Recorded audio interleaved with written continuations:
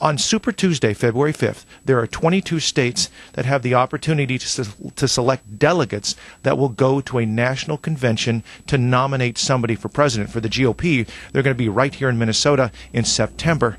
I'm now joined by the Minnesota Secretary of State, Mark Ritchie. Again, thank you very much for joining me. Thank you for having me on.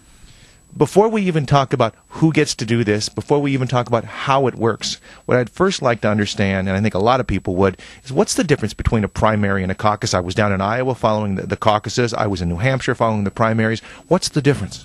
Well, Minnesota is actually a hybrid. We caucus, we're a caucus states. That means we gather in living rooms and schools and churches and places of worship, and that whole process of the grassroots is the Minnesota tradition. But at the Republican and Democratic caucuses, they will hold straw polls, secret ballots, like a primary.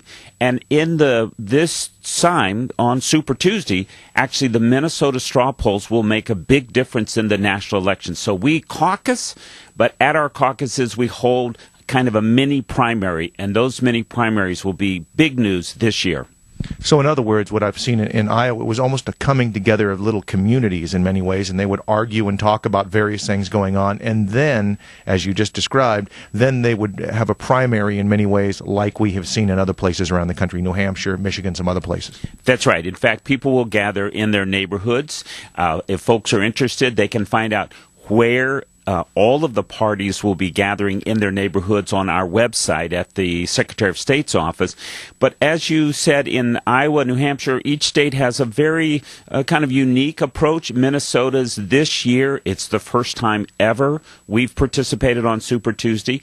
And this year, our straw poll will actually, for the Democratic Party, be binding. And so Minnesotans going to the Democratic Party caucuses will be voting in a primary that will be, in fact, an official registry of our state's intention at the Democratic Party National Convention. That'll be in Denver.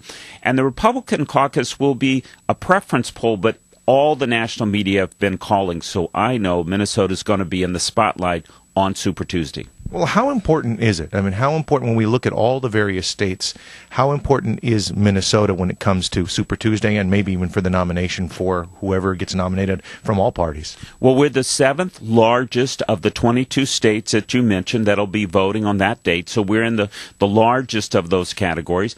But perhaps more important, we have no clear front-runner in either of the two major parties, and so maybe for the first time, we will go into Super Tuesday with Minnesotans voting at their caucuses on Super Tuesday, and perhaps the fate of who will become the front runner to be settled on that night. So this is a unique opportunity for Minnesotans to actually have a voice in who shows up on the ballot in November.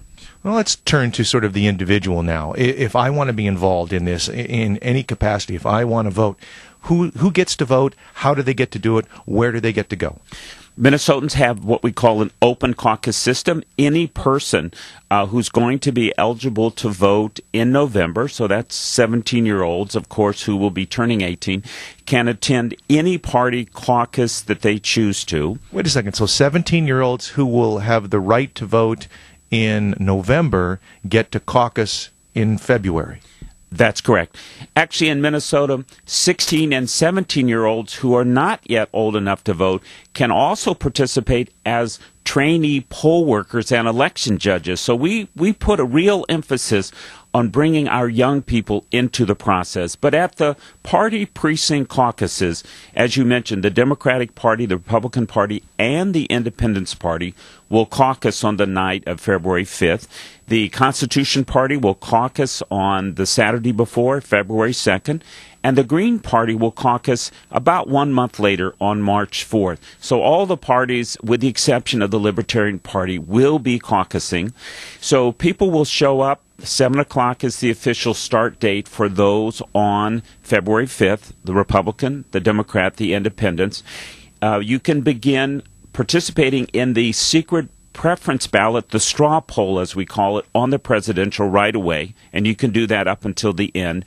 But those caucuses will be choosing the individuals who will advance to a Senate district convention, to a county convention, to a congressional district convention, and ultimately to the state party conventions, who then are the springboard for those national party conventions. We will also be greatly watching with close eyes the outcome of some of the more local and state races. For example, in the Democratic Party, it's a very competitive race for the U.S. Senate. Also, in some congressional districts, very competitive races for the congressional candidates who will show up on the ballot. So not only will these caucuses be watched for their impact on the presidential race, they also will attract many people who are very concerned about the outcome of the Senate, House, and other races. In fact, we predict about a 50% increase over the 2004 caucuses, which were already big. This could be the biggest year for precinct caucuses since the early 1970s. Where do people go if they want to caucus? How do they find out? February 5th, again, for three of the major parties, where do they go? Or how do they figure it out? Our Office of Secretary of State has created a new free service. You can go to our website, which is just at sos.state.mn.us, or just Google Minnesota Secretary of State.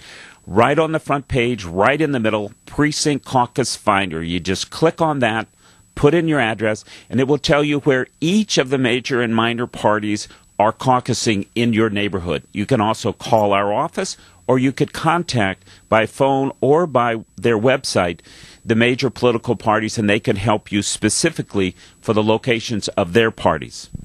You mentioned that people who will qualify to vote in November can go to the caucus. What do they need to bring with them to the caucus or at some other point to prove that they are who they are and that they have the right to caucus? I believe the political parties have not issued any kind of rules that would exclude anyone. So I think it's a matter of people who show up, who are stating on their own honor that they are going to be of age and be able to vote in November. The precinct caucuses are a little bit of an unusual animal because they are really the arena for the political parties. The government and our Office of Secretary of State don't set the rules and really don't set the procedures, the date, or any of that matter. So this is up to the parties. I've not heard that the parties have established any kind of a barrier, any kind of a bar to participation. I think people are coming in their neighborhoods. They know each other. Maybe if a young person's there, they're really going to be welcome to participate. So right now, I think people should just assume that they're able to participate and come on over to their precinct caucus and get there early, because there probably will be packed. Vote in that secret straw poll early, because that'll make it go faster for everybody evening.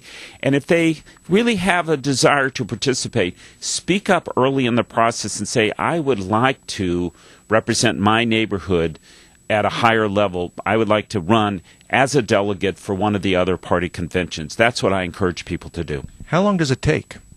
Should go from about 7 to 9. Now, in the end, you mentioned how popular this was going to be, obviously, because the GOP is going to be here this summer, because it's a presidential race. There are a lot of people talking about this.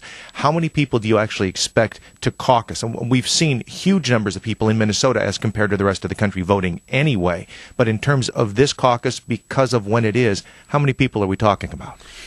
We have statistics from 2004 for the Democratic Party, about 55,000. We expect there to be half again more, perhaps 70 to 75,000. I haven't been able to find exact statistics for the Republican Party, but every indication we see is record turnouts for everybody, and that will hopefully mean record turnouts again in November. In 1956, President Eisenhower, Adlai Stevenson, 80% of eligible Minnesotans voted in that year. We believe this year we may match that record, given how hot the races are, how concerned Minnesotans are about the future of their country, how many other elections for Senate and other races. This may be a banner year for Minnesotans, both on the night of the precinct caucuses and at our general election this November 4th. Mr. Secretary, thank you very much. Thank you. Secretary of State Mark Ritchie, this is Jack Rice on the Presidential Campaign Trail.